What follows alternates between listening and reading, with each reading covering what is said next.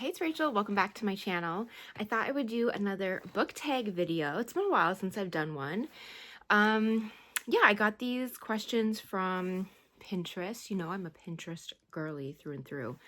I got it from a couple different pins. If I can remember, I will link them down below so you can check them out.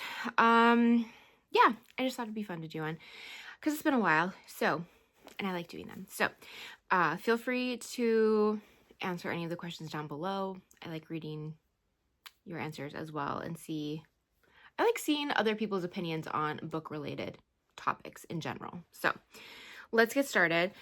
First one is, what are you currently reading? This one's a bit embarrassing because I'm reading exactly what I was reading last month.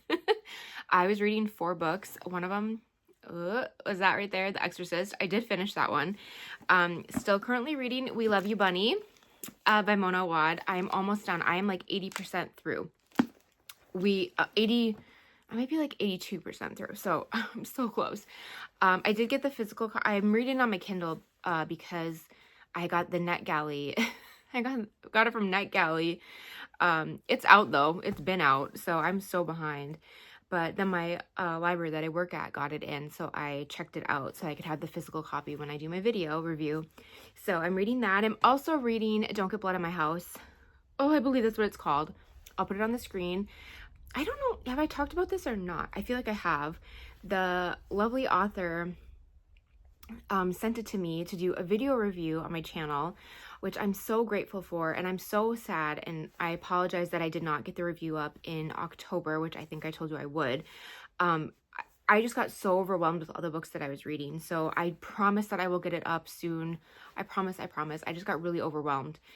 And then I'm also reading or listening to Harry Potter, The Order of the Phoenix, and I am on disc 21 of 23, so the end is in sight. So I'm like almost finished with all of the books that I'm reading. So the end is in sight. What book do you regret reading? No One Rides for Free by Judith Sonnet. I do own it, but I'll put it on the screen. She actually just wrote a lovely Facebook post about this book. And how she just put out a different cover for it. That's much less terrifying than the cover that I own. But, and she said in that post, I believe she said something like, I don't write books like that anymore. And people keep telling me that I need to give her books another chance because, yeah, they're not quite like that anymore. It is the most unhinged thing I've ever read, and that's saying something because I have read a lot of splatterpunk, and it's just, there's something in it that happens that was just so graphic and so unsettling to me. And it gives you plenty of warnings while you're reading it that like, this is happening, like you have been warned. And I still read it, and it's a novella, I believe. It's quite short, and I still read it, and I felt physically sick when I was reading it, and it's absolutely disgusting and awful, but I absolutely will be reading more from Judith. Her last book, I'll put on the screen, I can't remember what it's called. People are raving about it. I would like to read that one. But I don't want to get rid of my copy because I don't want others to read. That sounds so bad, but I don't want to traumatize other people. Like, I'm not going to donate it, that's for sure. But, so I'll just keep it. I do like the cover of it. It's terrifying. But, yeah, I regret reading that. Recommend a book. Okay. I Let You Go by Claire Mackintosh. Is that what it's called? I'll put it on the screen. I'm sorry, I'm going to put all these books on the screen. Oh, such a good thriller. It's an older title. Claire Mackintosh has another good one. Is that by her too? I See You. I think that's by her as well. They're a little bit older titles, but they're so good. They're so good. I recommend that thriller to so many people. I just think it's like the twists and turns. It's just so good. I think it's brilliant. And then another one is is it Under the Magnolia? I'm sorry that I'm forgetting everything. I will put that one on the screen as well. I'm gonna have to do a lot of screen editing here, but I guess like I would just call it general fiction. Don't on Goodreads, one of the things on it says like Christian. Don't worry about that. I if I would have seen that, I might not have read it. But it's so good. It's just a lovely, I guess, coming of age, a bit of a romance, but I guess it's general fiction. It's one of my favorite books that I tend to forget now sometimes because I read it quite a long time ago. But it's so, so good. So I recommend that one as well. And those are two that I don't talk about because obviously I recommend 11/22/63. It's my favorite book of all time, but these are lesser known ones that I recommend. Because not everyone loves Stephen King or wants to read a, 800-page book. So yeah. What is your favorite genre? Horror is my favorite genre by far. Horror, mystery, thriller, but horror. I think people say, think like, oh, you read horror, like, and they kind of turn up their nose about that, but horror gives you so much emotion, and it's so much more than just killing and slasher and splatterpunk, and there's so much more to it, and you get so much emotion in a horror book. And I just wish people would, I don't know, not turn up their nose when they initially just think of horror, because there's so much more to the horror genre than just people killing people. Like, there's so many different subgenres within the genre of horror itself. So, do you prefer buying or borrowing? Obviously, I prefer buying. Secondhand, almost every single one of these books that you see in my 740 some book collection has been bought secondhand. I very rarely buy new, and I also do buy on my Kindle ebooks, but only if they are on sale, because books are expensive as well, or ebooks are expensive as well. Once in a while, like, I do like to support authors, my favorite authors, and I've been trying to support more like indie authors as well, which I think is really important, and supporting our local bookstores as well is very important. So I'm not saying like don't, never buy new books, but since I am someone that buys a ton of books, I have to buy mostly pre-owned, otherwise I would be broke. Ebook, audiobook, or physical book? First of all, ebooks are reading. Audiobooks are reading. If anyone tells you otherwise, they're just lying. If you think otherwise, that's a very ableist way of thinking. Me personally, like, I've been listening to the Harry Potter series and I've really been enjoying them. I don't know what it is about that series, but I've just been locked in. Normally when I listen to an audiobook, my mind just wanders and I have a really hard time focusing and concentrating on what I'm listening to. So it's not a great way for me to get my information in. But I do like listening to them at night when I fall asleep. And I've been trying, to listen to them more. But I do prefer a good old-fashioned physical book. And but I think they all have their place. And for some people, like, I read that book Hunchback, and it was about a disabled person, and the author is also disabled. And she mentioned a few times about how she wishes that she could have the ability to just read and physically hold a book, because she cannot physically hold a book. And she just really put things into perspective, and it's like, wow, you really take things for granted. And her only way of reading was through ebook or audiobook. So they all have their place. It's all reading. And I do read a lot of ebooks as well. So yeah, I like all of them. Do you DNF? And the last book that you DNF'd? Absolutely, I DNF. I really try not to, and I really try to choose books that I kind of think that I won't DNF. But I've also have read enough in my life that I kind of know what I don't and don't like, and I can tell pretty early on if I'm gonna vibe with the book or not, and the writing style. And sometimes it's like, am I vibing with the book or the writing, or do I just need to give it the story some time? Is it the writing, or is it the story that I'm not liking? Or is it the story that I'm not liking, or sometimes you do have to give it some time to figure out what it is. But like I said, at this point, I'm pretty good at being able to tell if I'm vibing with it or not. The last book that I DNF'd was a good indicator of that, which was Stephen Graham Jones' The Buffalo Hunter. Was that what it's called? Didn't love the writing, but also the story for me was really hard to follow. So he's a good example of someone that I would like to try again. Another good example was a Josh Malerman that did Incidents Around the House. I read another one of his books and I did not like it at all. Really enjoyed Incidents Around the House. So I'm willing to give authors, 2 to 3 chances. But again, I think I can tell pretty early on if I'm going to vibe with something or not. And Stephen Graham Jones, I think the story, because it was set in the olden days and the way that people talked and told storytelling, I'm like, okay, is it just his writing style or is it the way that the story took place? So I'm willing to give him another chance to see if I would prefer it in a different setting, if that makes sense. But I like to give books usually like 100 pages or so. But like I said, sometimes you just know that you're not going to vibe with something. Do you prefer silence or background noise when you read? I prefer background noise.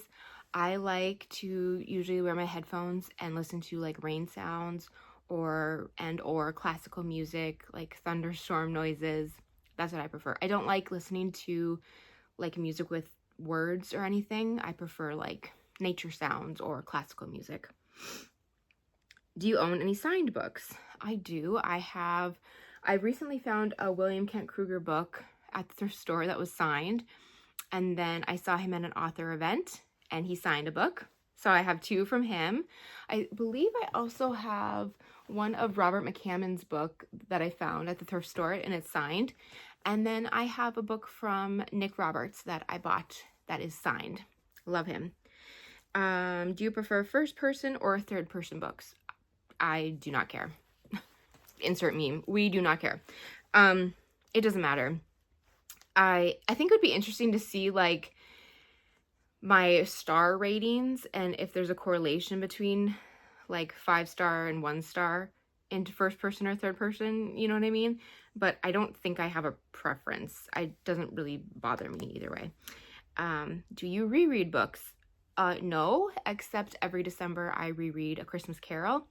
I usually read it Christmas Eve, and I think that's the only book that I've reread, I think. I'm interested in rereading a few books.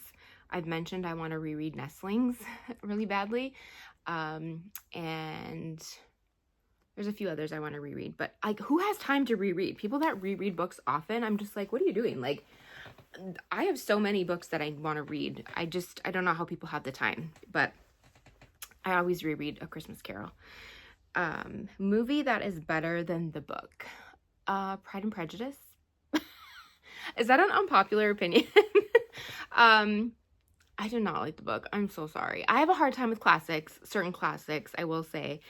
Oh, what about The Great Gatsby? I don't know if the movie was better, but I really enjoyed the movie a lot. But I really enjoyed the book too. And what was I gonna say? Shoot, I forgot. I think there's been a few where the movie is better, but let's be honest, the book is usually almost always better than the movie. I think Pride and Prejudice is such a good movie though. Mr. Darcy. Tips for getting out of a slump. I think the best tip is to either take a break from reading. You don't always have to be reading. Like, take a break, okay? Or do a different genre. If you are strictly a fantasy girly, romance girly, switch it up a little bit. Switch to something a little bit different. You don't have to go completely out of your genre. Like, You don't have to go from romance to splatterpunk. That's not what I'm saying, but switch it up a little bit. Or I think the best thing, maybe go to a novella or do a reread of something that maybe you love that you know will get you back into reading something that you're excited to read. But I think a novella is a great choice to get you out of a slump. Something quick, fast, you know. But yeah, that would be my recommendations. Don't feel bad if you're in a slump, though. I think everyone gets in reading slumps. I know I do. Describe your ideal bookstore. Well, something that is stocked with good horror books, because I think that they're greatly, I think horror books in general are greatly undervalued. But one of the last ones that I went to, the horror section was abysmal and pretty lame. So yeah, or just a bookstore of only like horror would be amazing. Maybe I need to do that. Start a horror only bookstore. What's my favorite trope? I'm not a huge, I guess if we're talking like in romance, I'm not a huge romance reader, but I guess I like enemies to lovers. I do not like friends to lovers. One of the last friends to lovers books that I read, I did DNF it, and I'm like, what are we doing? Because y'all are already acting like you've been in a 5-year relationship. Like they were already acting like they were in love, calling each other like babe. It was so stupid. I'm like, what are we doing? It was so dumb. I like enemies to lovers, I guess. In horror, I guess, I don't know, this isn't a trope. What would you call it? What do you call them in horror? My favorite is, I love body horror. That's my favorite. That's not a trope, though. What do you call those? I can't think of the word.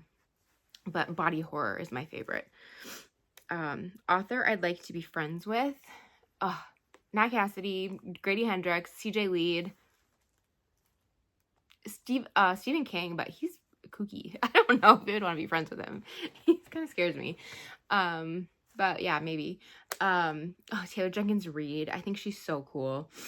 CJ Lead for sure, though. I think CJ Lead is the coolest person in the world. I'm just like looking at all my books. Like, who would I want to be friends with? Mary Shelley back in the day, right? I think Mary Shelley like went through it. I think she had a hard life. But yeah. Do you own multiple copies of a book? I sure do. Frankenstein, I own multiple copies of Frankenstein. I like to collect copies of Frankenstein. I own a lot of copies of different classics, I guess, as well.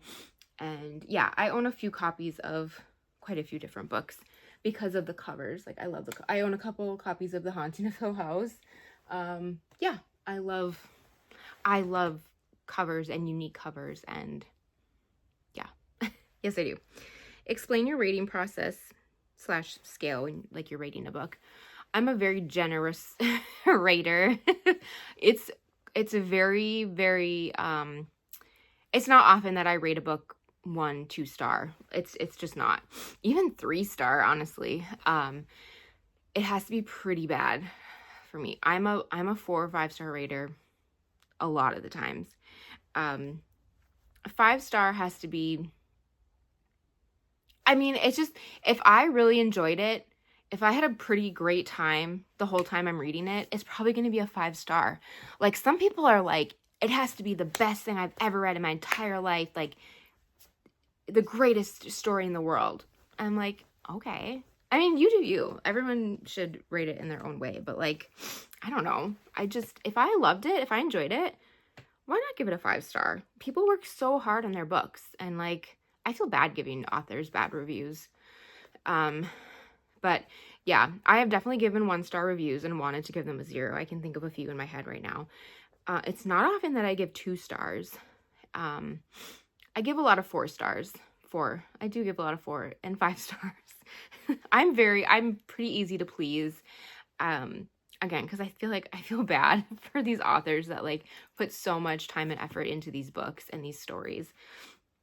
And I feel like a lot of the times these books will really make up for it at the end. If I really enjoy the ending of a book, it will make up for a lot of the book itself. So if I enjoy the ending, a lot of times it'll make up for it, and you'll get a 5 star for me. As easy as that. And then the last question is, would you like to write a book someday? Not like a fiction book or horror, like, but I do have an idea for a children's book that I've had for many years that I would like to write someday. I don't know if it would ever happen, but I think it would be so fun to have your own book because I am someone who loves books so much. I work at a library. Books are like so important to me. So important. I just love them so much. And yeah, I think it would be so amazing to write your own book and have your own book out there in the world for everyone to see and to read to their kids. Like, how amazing would that be to read to my own kid? I don't know. I think it would be amazing. I'm not to like cut myself short or anything, but I am not skilled enough to write an actual book. Like, I'm not good at vocabulary like writing. I'm just not. And it's not a strong suit of mine. It's not something that I'm like super interested in. I don't have I don't have stories in my brain that I could get down on paper. But children's stories, yes, I feel like I could write children's stories, and I do have one that I could write, but we'll see. You never know. But anyway, those are all my questions. That went by really fast, actually. I didn't ramble too long, I hope. But thank you so much for watching. I would love to hear your answers for these. Like, what is your rating process? Are you pretty stingy with your ratings, or are you someone that's like, you're pretty nice about, do you give out your 5 stars freely like me? I would love to know down below. Please give this a thumbs up. Comment down below if you would like to answer any of these questions. I would love to hear your answers as well. Subscribe if you're not subscribed already, and I will see y'all in the next one. Take care. Bye.